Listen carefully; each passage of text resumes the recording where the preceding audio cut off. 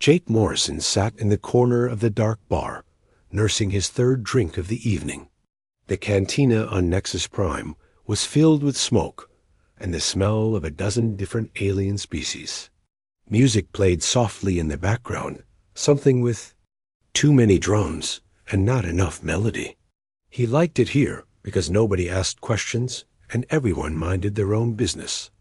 The human mercenary was tall and lean, with scars on his hands that told stories he never shared. His brown hair was cut short, military style, and his green eyes missed nothing. Tonight, he wore a simple black jacket over dark pants, clothes that would not stand out in any crowd across the galaxy. Jake had been waiting for work for 2 weeks. Now, his last job had paid well, but the credits were running low. He needed something soon, or he would have to take one of those boring transport guard jobs that paid almost nothing. He hated those jobs. They were too easy and too safe. A shadow fell across his table. Jake looked up to see a Zephyrian standing there, scales shimmering with nervous energy. The alien was tall, even taller than Jake, with purple and silver scales that caught the dim light. His large eyes were the color of deep ocean water, and they looked scared. "You are Jake Morrison," the alien said in accented English. It was not a question. Jake nodded and gestured to the empty chair across from him. "That depends on who wants to know." The Zephyrian sat down carefully, his tail curling around the chair leg. "My name is Veltar. I represent certain interests in the Zephyrian Empire. We have a job for you." "What kind of job?" Jake asked, taking another sip of his drink. Veltar looked around the bar nervously, then leaned forward. "The kind that pays very well. The kind that removes problems that have existed for too long." Jake had heard this speech before. Rich aliens with rich problems, usually involving other rich aliens. "Who do you want dead?" The directness of the question made Veltar's scales flutter. Most assassins he had spoken to before had danced around the subject, used pretty words to hide ugly truths. This human was different. "Emperor Korthik," Veltar whispered. Jake raised an eyebrow. The Zephyrian Emperor was one of the most protected beings in the galaxy. "That's ambitious, also expensive." "We can pay," Veltar said quickly. "More than you have ever been paid before." Jake leaned back in his chair. "Tell me why you want him dead." Veltar's eyes grew dark. "Korthik has ruled our empire for 40 years. He is a tyrant who kills anyone who speaks against him. My family has suffered under his rule. My brother and sister are in his prisons, waiting to be executed along with thousands of others." "Sounds like a revolution problem, not an assassination problem," Jake said. "We have tried revolution," Veltar replied. "Korthik is too strong. He has 12 nobles who form his inner circle. They have powerful minds that work together to protect him. No assassin has ever gotten close." Jake nodded slowly. He had heard about Zephyrian psionics. They could read minds, move objects with thought, and create shields that stopped energy weapons. It was impressive, but every defense had weaknesses. "What makes you think I can do what others could not?" "You are human," Veltar said simply. "Humans think differently. You solve problems in ways we do not expect." Jake almost smiled. He had heard that before, too. Humans had a reputation in the galaxy for being unpredictable, for finding solutions that other species missed. Sometimes it was true. How much? Jake asked. Veltar reached into his robe and pulled out a small bag. He opened it carefully, revealing 3 crystals the size of chicken eggs. They glowed with inner light, shifting between blue and white. "Jerian crystals," Veltar said. "Each one is worth more than most people see in a lifetime. There are 50. More if you succeed." Jake picked up one of the crystals, feeling its weight. Jerian crystals were rare and valuable, used in the most advanced technology.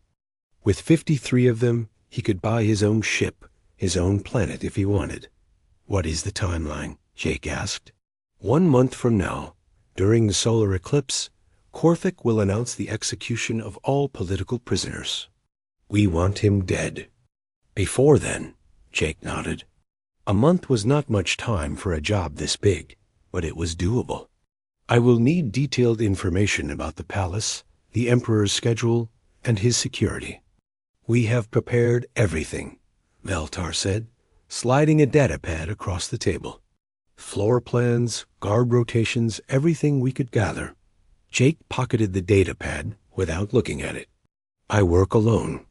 No contact until the job is done. If I succeed, you will transfer the remaining crystals to account 7-7-4-9 at the Galactic Credit Union. And if you fail, then you will have bigger problems than paying me," Jake said, standing up. He drained his glass and set it down on the table. "I will leave for the Zephyrian homeworld tomorrow." Veltar stood as well, his scales now shimmering with hope instead of fear. "Mr. Morrison, I must ask, how do you plan to get past the Emperors?" "Defenses? Many have tried and failed." Jake looked at the alien with a slight smile. "You hired me because humans think differently, remember? Trust me to do what you cannot." As Jake walked away, Veltar remained at the table, staring at the empty glass. He had just hired a human to kill the most protected being in the Empire. Part of him wondered if he had made a terrible mistake. But as he thought of his brother and sister in Korthik's dungeons, he knew he had made the only choice he could. Across the bar, Jake Morrison was already making plans. He had accepted harder jobs before, but never one with stakes this high. As he walked through the crowded station toward his ship, he was already thinking about weapons, explosives, and the kind of chaos that only humans seem to understand. The hunt was about to begin. Jake's ship dropped out of hyperspace at the edge of the Zephyrian system. The homeworld hung before him like a blue-green jewel, covered in swirling clouds and vast oceans. 3 moons orbited the planet, and Jake could see the massive space. Stations that guarded the approaches. He had spent the 3-day journey studying the datapad Veltar had given him. The Imperial Palace was huge, built into the side of a mountain overlooking the capital city. The Emperor lived in the highest tower, surrounded by gardens and defensive walls. Most importantly, the throne room was where Korthik held court every day. Protected by his 12 nobles. Jake opened a communication channel to the planet's traffic control. "This is Captain Morrison of the merchant vessel Liberty. I am requesting permission to dock. I have diplomatic credentials from the Terran Federation." The response came in heavily accented English. "Captain Morrison, you are cleared for docking. Bay 7. Please prepare for inspection." Jake smiled. The first part of his plan was working. For the past 2 years, he had been building a cover identity as a minor diplomat and trade representative. It had cost him a lot of money, but it gave him access to places that normal mercenaries could never reach. 2 hours later, Jake stood in the palace's main reception hall, dressed in a formal blue suit with the Terran Federation's emblem on the collar. The hall was enormous, with a ceiling that stretched up 50 meters.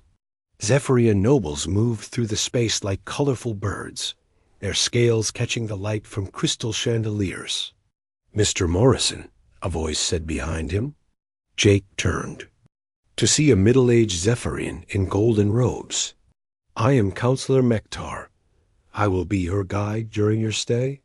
Jake bowed slightly, the way he had practiced. "Thank you, Counselor. I am honored to be here. The Emperor is very interested in establishing trade relations with your Federation," Mektar said as they walked through the hall. "Humans have a reputation for being excellent traders." "We try to be fair in our dealings," Jake replied, looking around at the architecture. Everything was built for beings much taller than humans, with high ceilings and wide spaces. He noted the locations of doors, windows, and guard posts. They climbed a long staircase to the palace's upper levels. Jake counted the steps and memorized the layout. The throne room was on the 5th floor, at the end of a long corridor lined with statues of past emperors. The emperor holds court every morning at the 10th hour, Maktar explained. You will be presented tomorrow after the regular business is concluded.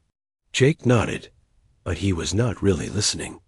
He was studying the guards, noting their weapons and positions. The Zephyrian soldiers carried energy rifles and wore armor that shimmered. With protective fields, they were alert but not paranoid. They had been protecting the Emperor for so long that they had become comfortable in their routines.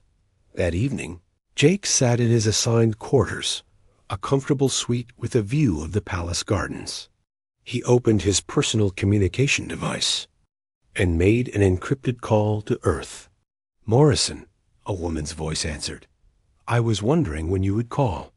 Hello, Lisa, Jake said. I need a favor. Lisa Parker had been Jake's squad leader during his military service. She was smart, tough, and absolutely reliable. After leaving the Army, she had started a security consulting company that did very well for itself. What kind of favor? Lisa asked. The kind that pays really well and asks no questions. There was a pause. How well? Enough to buy yourself a new ship, Jake said. I need some specialized equipment delivered to the Zephyrian homeworld. Can you make that happen? That depends on what kind of equipment. Jake looked around his room, checking for listening devices. Camping supplies, the kind that makes big fires. Lisa was quiet for a moment. She understood the code. That is going to be expensive and dangerous. Like I said, it pays well. How much time do I have? 3 weeks, Jake said. I will send you the details through our usual channels. Jake, Lisa said, her voice serious. Be careful. The Zephyrians have a lot of friends in the galaxy. If this goes wrong, you will not be able to hide anywhere. I know, Jake replied. But sometimes the biggest risks have the biggest rewards. After ending the call, Jake made another. This time, he called Danny Rodriguez, a demolitions expert who owed him a favor from a job they had done together 5 years ago. Jake, my friend, Danny said in his thick accent, what brings you to call me? I need advice on a construction project, Jake said. Something that needs to be built very carefully, with attention to structural integrity. Danny laughed. Are we talking about a small house or a large building? Large building. Very large. I see. And when does this building need to be completed? 3 weeks from now? Danny whistled. That is fast work. It will cost extra. Money is not a problem. In that case, I know just the thing. I will send you some blueprints. Jake spent the next week attending formal meetings and diplomatic functions. He smiled, shook hands, and made small talk about trade agreements and cultural exchange. All the while, he was mapping the palace, timing the guards, and looking for weaknesses. The throne room was the most heavily protected space in the palace. The emperor sat on a throne made of black crystal, with his 12 nobles arranged in a semicircle around him. Each noble had strong psionic abilities, and together they created layers of mental protection that could stop most attacks. But Jake was not planning most attacks. He was planning something that no Zephyrian would expect. During his 3rd week, at the palace, Jake began receiving packages. They came as diplomatic pouches, marked with official seals and proper documentation. Inside were components that looked like gifts from Earth, artwork, cultural artifacts, and scientific instruments. Jake stored everything in his quarters, assembling the pieces slowly and carefully. A sculpture that was actually a shaped charge. A painting whose frame contained detonators. A scientific instrument that was really a gravity distortion device. The Zephyrian security forces scanned everything, but they were looking for energy weapons and biological agents. They never suspected that primitive chemical explosives could be disguised as human art. On his last night in the palace, Jake made final preparations. He had studied the building's blueprints and found exactly what he needed. The throne room sat directly above the palace's main power core. The fusion reactor that provided energy for the entire complex. Jake smiled as he looked at his collection of gifts. Tomorrow was the solar eclipse, when the Emperor would announce the execution of the political prisoners. It would be the perfect time to strike, when all 12 nobles would be present and their attention would be focused on the ceremony. The Zephyrians had hired him because humans thought differently. Tomorrow, they would learn just how different human thinking could be. As Jake prepared for sleep, he thought about Veltar and the aliens' imprisoned siblings.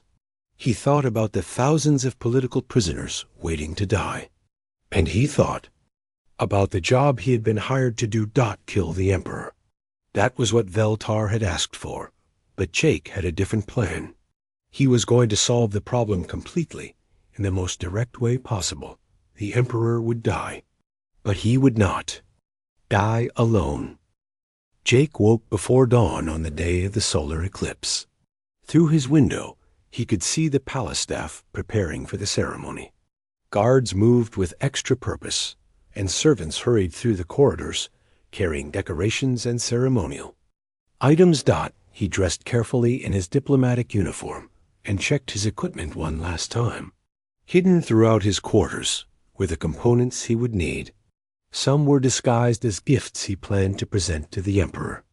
Others were built into the furniture and decorations of his room. The plan he had developed was simple in concept, but complex in execution.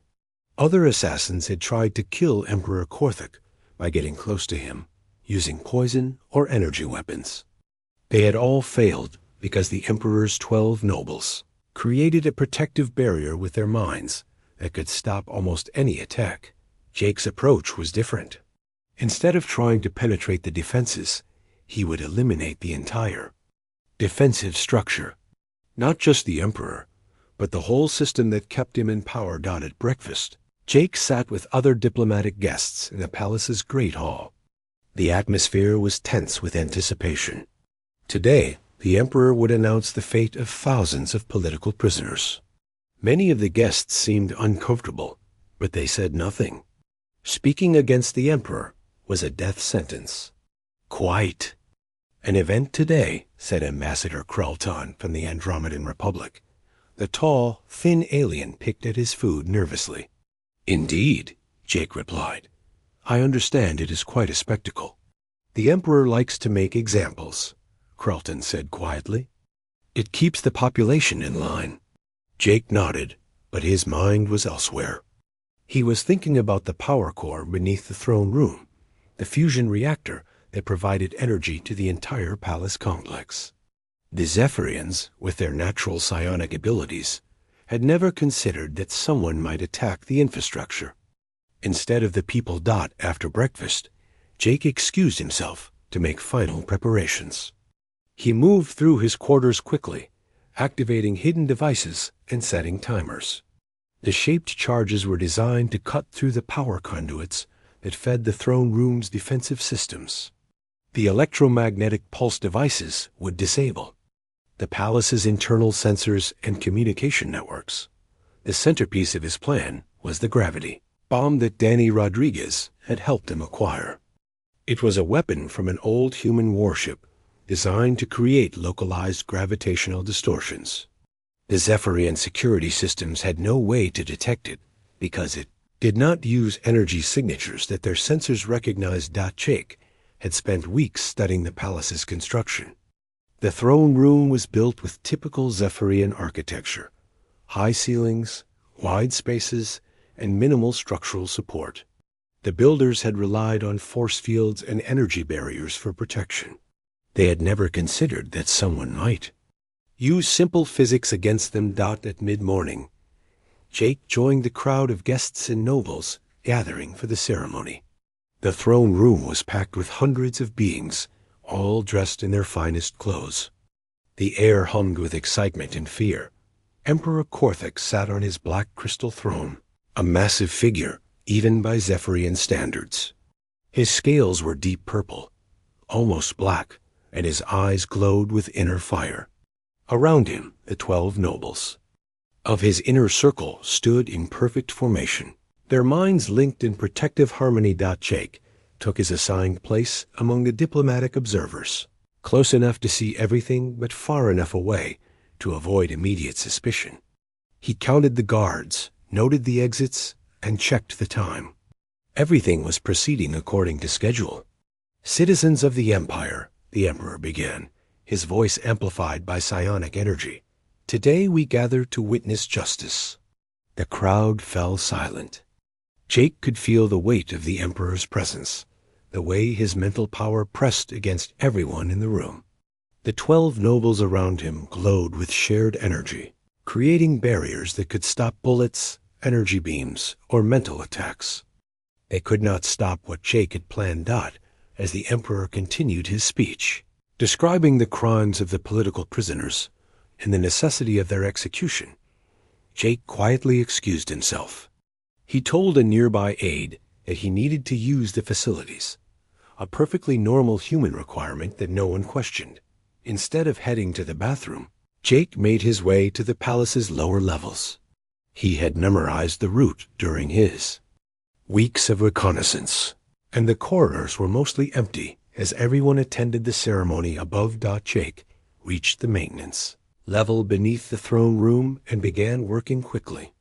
The power conduits were exactly where the blueprints had shown them, thick cables that carried energy from the fusion reactor to the defensive systems above. He placed the thermite charges at precise locations, designed to cut through the power feeds without damaging the reactor itself. Jake was not trying to destroy the entire palace, just create a localized catastrophe in the throne room. Next, he activated the electromagnetic pulse devices. These would disable the palace's sensors and communication systems, preventing the guards from coordinating a response. The devices were small and well hidden, designed to operate for exactly the amount of time Jake needed. Finally, Jake armed the gravity bomb. It was the size of a briefcase, painted to look like a maintenance equipment container. He positioned it directly beneath the center of the throne room and set the timer for 10 minutes. The beauty of Jake's plan was its simplicity. He did not need to get close to the Emperor or penetrate any defenses. He just needed to be in the right place at the right time with the right tools. As Jake made his way back toward the upper levels, he could hear the Emperor's voice echoing through the palace corridors. The speech was reaching its climax, the moment when Korthik would announce the executions. Jake climbed the stairs calmly, checking his watch. 8 minutes until detonation. He needed to be far enough away to survive, but close enough to confirm the results. He reached the 3rd floor and took position near a reinforced window that overlooked the palace courtyard. From here, he could see the throne room's tower rising above him. In 6 minutes, that tower would cease to exist. Jake thought about Veltar and the desperate alien who had hired him.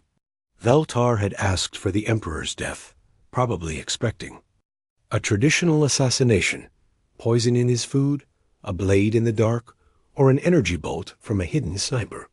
Instead, Jake was about to demonstrate the human approach to problem-solving. When faced with an impregnable fortress, humans did not waste time trying to find the one weak point. They brought enough force to make the entire structure irrelevant. The timer on his watch showed 4 minutes remaining. Above him, the Emperor's voice grew louder as he reached the dramatic conclusion of his announcement. The crowd in the throne room was completely focused on the ceremony, unaware that their world was about to change forever. Jake checked his escape route one more time. Once the explosion occurred, he would have perhaps 30 seconds before the palace guards overcame their shock and began searching for threats. His ship was docked at the spaceport, fueled and ready for immediate departure. 2 minutes. Jake wondered what other species would think of his methods. The Zephyrians prided themselves on their mental discipline and precise thinking. The Andromedans valued elegant solutions and minimal collateral damage. The Centaurians preferred honor and direct confrontation. But humans understood that sometimes the most effective solution was also the most dramatic one. When you had a problem that could not be solved with finesse, you solved it with overwhelming force. 1 minute dot above him, Emperor Korthik was announcing the execution date for the political prisoners. In a few seconds, those prisoners would be free, along with everyone else in the empire who had suffered under the tyrant's rule. Jake smiled and covered his ears. The revolution was about to begin. The explosion began with silence.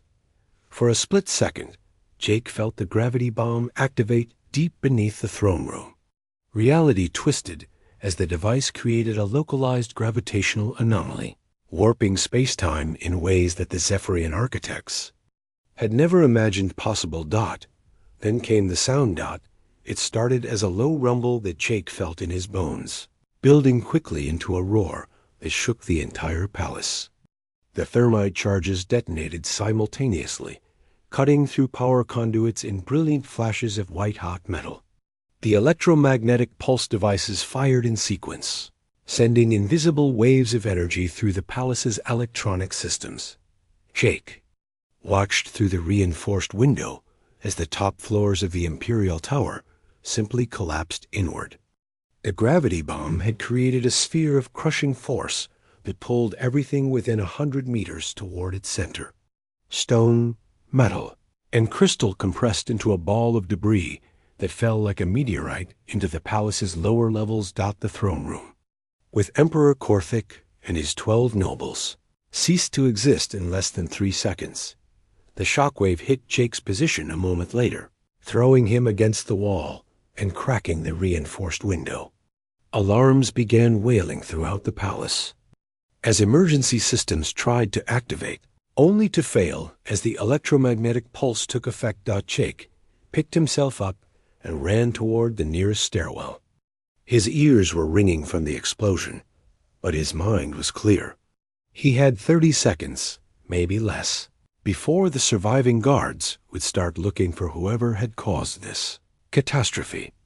The palace corridors were filled with smoke and dust. Emergency lighting flickered on and off as damaged systems tried to function. Jake could hear screaming and shouting from other parts of the building as people tried to understand what had happened. He reached the main staircase and started down, moving as quickly as he could without running. Running would draw attention. Even in the chaos, a human sprinting through the palace would be remembered. On the second floor, Jake encountered his first group of guards. They were Zephyrian soldiers in powered armor, their weapons drawn and their eyes wild with panic. They looked at Jake with suspicion, but he was still wearing his diplomatic uniform and credentials. "Ambassador Morrison," one of them said in broken English. "Are you injured?" "I am fine," Jake replied, trying to sound shaken but not guilty. "What happened? Was it an attack?" "We do not know," the guard replied. "The throne room, it is gone." Jake nodded gravely. "Terrible. Is there anything I can do to help?" "You should return to your quarters," another guard said. "The palace is not safe." "Of course," Jake agreed. "I will stay there until this is resolved." The guards moved past him, heading toward the upper levels where the destruction was worst. Jake continued down the stairs, forcing himself to walk at a normal pace. Every instinct told him to run, but he had to maintain his cover for a few more minutes. The main entrance hall was in chaos. Palace staff ran in all directions, some carrying injured people, others trying to establish communication with the outside world. The crystal chandeliers had fallen and shattered, covering the floor with glittering fragments. Jake made his way through the crowd toward the exit. Nobody paid attention to one more person leaving the building. Everyone was too focused on the disaster above to worry about a minor diplomat. Outside, the palace courtyard was filled with emergency vehicles. Fire suppression teams were spraying foam on the burning wreckage where the throne room had been. Medical teams were setting up triage areas for the wounded. Security forces were trying to establish a perimeter, but they were clearly overwhelmed. Jake walked calmly toward the main gate, showing his credentials to the guards there. They barely looked at him. Their attention was focused on the destruction behind them and the crowds of people trying to get into the palace to help with rescue efforts. "Where are you going, Ambassador?" one guard asked. "Back to my ship," Jake replied. "I need to contact my government and report what has happened." The guard nodded and waved him through. Jake stepped out onto the street beyond the palace walls and allowed himself a small smile. The hardest part was over. The city beyond the palace was already showing signs of the chaos to come. News of the explosion was spreading quickly, and crowds were gathering in the streets. Some people were celebrating, others were crying, and many looked confused and frightened. Jake hailed a transport to take him to the spaceport. During the 20-minute ride, he listened to the emergency broadcasts on the driver's radio. The reports were fragmentary and contradictory, but the basic facts were clear. Emperor Korthik was dead, along with most of his inner circle. "This is unprecedented," the news announcer was saying. "The imperial succession is unclear. Provincial governors are demanding information. There are reports of celebrations in the outer colonies." The transport driver, a young Zephyrian with bright green scales, kept glancing at Jake in the mirror. "Terrible thing," he said in careful English, "but maybe things will be better now." Jake said nothing, but he understood. Korthik had ruled through fear for 4 decades. His death would leave a power vacuum, but it would also free millions of people who had lived under his oppression. At the spaceport, Jake's ship was waiting where he had left it. The docking bay was busier than usual, with many vessels preparing for emergency departure. News of the Emperor's death would spread quickly through the galaxy, and smart people would want to be somewhere else when the Zephyrian Empire began tearing itself apart. Jake completed his pre-flight checks quickly and efficiently. Within an hour of the explosion, he was requesting clearance for departure. The traffic controllers were too busy to ask many questions, and his diplomatic credentials made the process smooth. As his ship lifted off from the spaceport, Jake looked down at the Imperial City one last time. Smoke was still rising from the palace, and he could see crowds gathering in the central squares. The revolution had begun, just as he had planned. Jake set course for the hyperspace jump point and activated his ship's communication system. He had a message to send. Package delivered. He transmitted on an encrypted channel that Veltar would be monitoring. Payment can be transferred to the Agree account. He did not wait for a response. Within minutes, his ship jumped hyperspace, leaving the Zephyrian system far behind. As Jake settled back in his pilot's chair, he thought about what he had accomplished. Veltar had hired him to kill an emperor, but Jake had done much more than that. He had eliminated an entire system of oppression in one devastating blow. Other assassins might have spent months planning an elaborate scheme to poison Korthik or get close enough for a killing shot.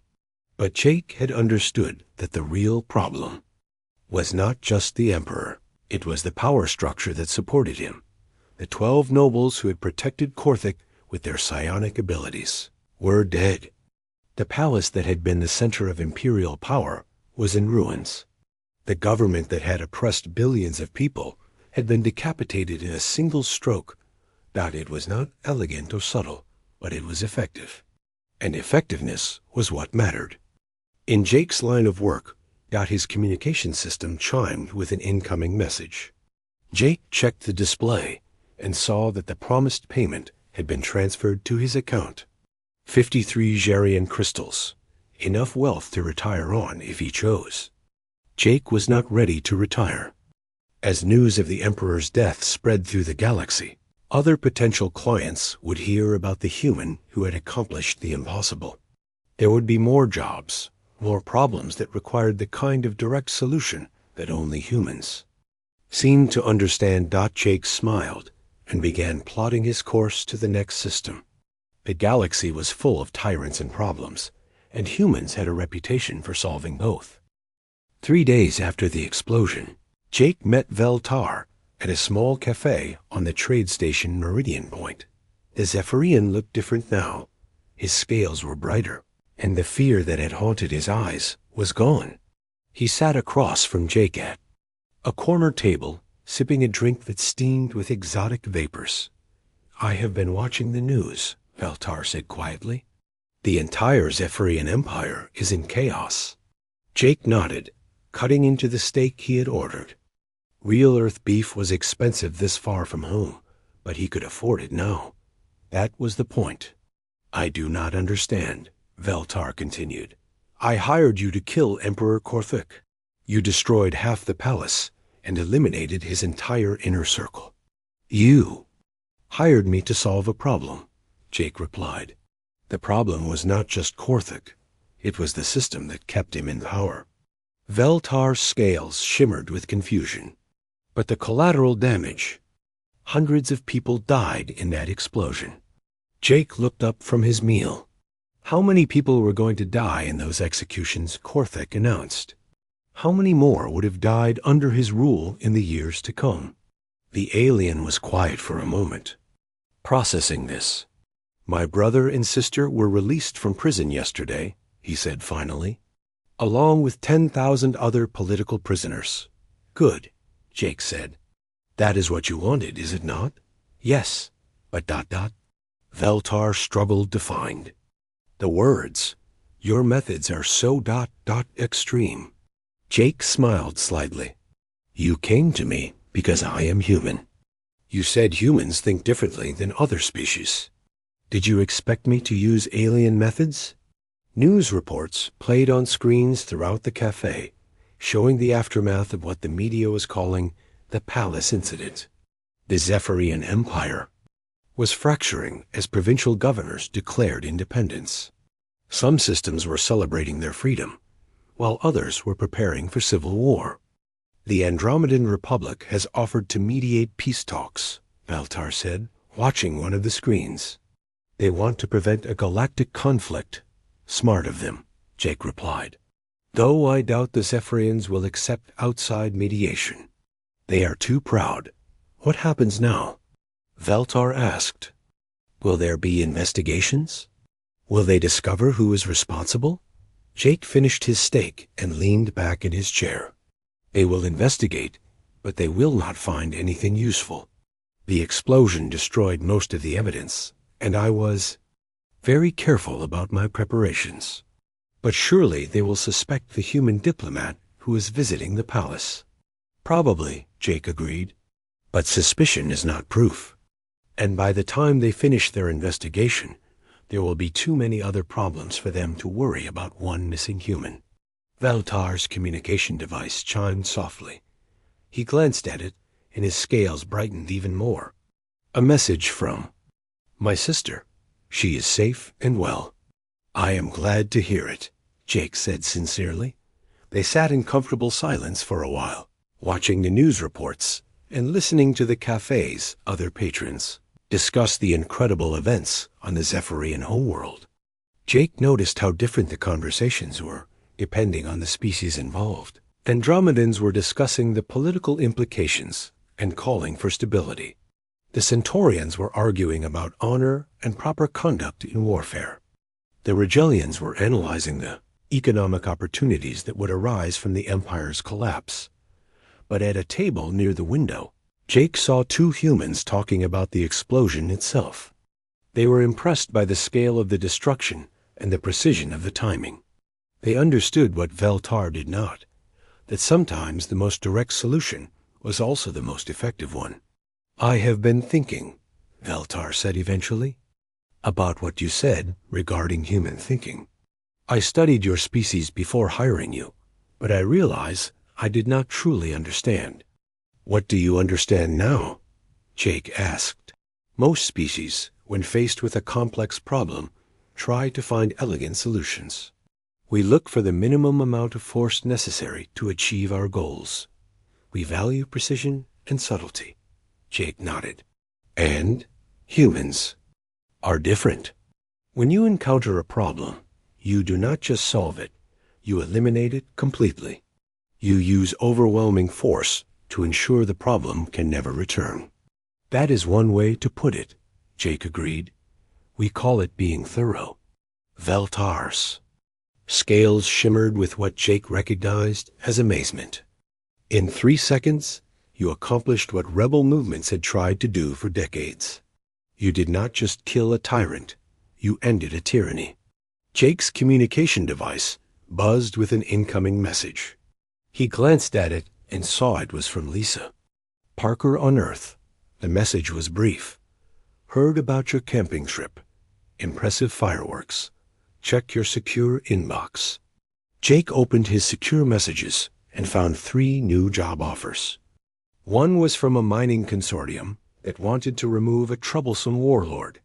Another was from a trade federation dealing with pirates. The third was from someone calling themselves a friend who wanted to discuss pest control services. More. Work already? Veltar asked, noticing Jake's expression. It seems my reputation is spreading, Jake replied, closing the messages. Word travels fast in certain circles. Will you take these jobs? Jake considered the question. The payment from Veltar had made him wealthy enough to retire, but retirement held no appeal. He had found his calling in the galaxy's darker corners, solving problems that other people could not handle. Probably, he said. There are a lot of problems in the galaxy, and apparently not many people willing to solve them properly. Veltar finished his drink and stood up. I should return to my homeworld. There is much work to be done in rebuilding. Our government. Good luck with that, Jake said. Try not to let the next emperor become as bad as the last one. We will remember what happened to Korthik, Veltar replied. I think future leaders will be more reasonable. They shook hands in the human fashion, a gesture that Veltar had learned during their business relationship. As the Zephyrian walked away, Jake reflected on how much had changed in just a few days. The Zephyrian Empire was collapsing, its outer systems declaring independence, while the core world struggled to maintain order. Millions of political prisoners had been freed. A tyrant who had seemed untouchable was dead, along with the corrupt nobles who had enabled his reign. And Jake Morrison, a human mercenary with a talent for direct solutions, had accomplished it all with some shaped charges, a gravity bomb, and careful timing. Jake's communication device chimed again with another job offer. This one was from the Vegan Confederacy, asking about property management services for a problematic dictator on their border worlds. Jake smiled and began composing his reply. The galaxy was full of problems, and humans had a reputation for solving them. It was good work, well paid, and it made a difference in people's lives. As he worked on his response, Jake thought about the other species in the cafe and their different approaches to problem solving.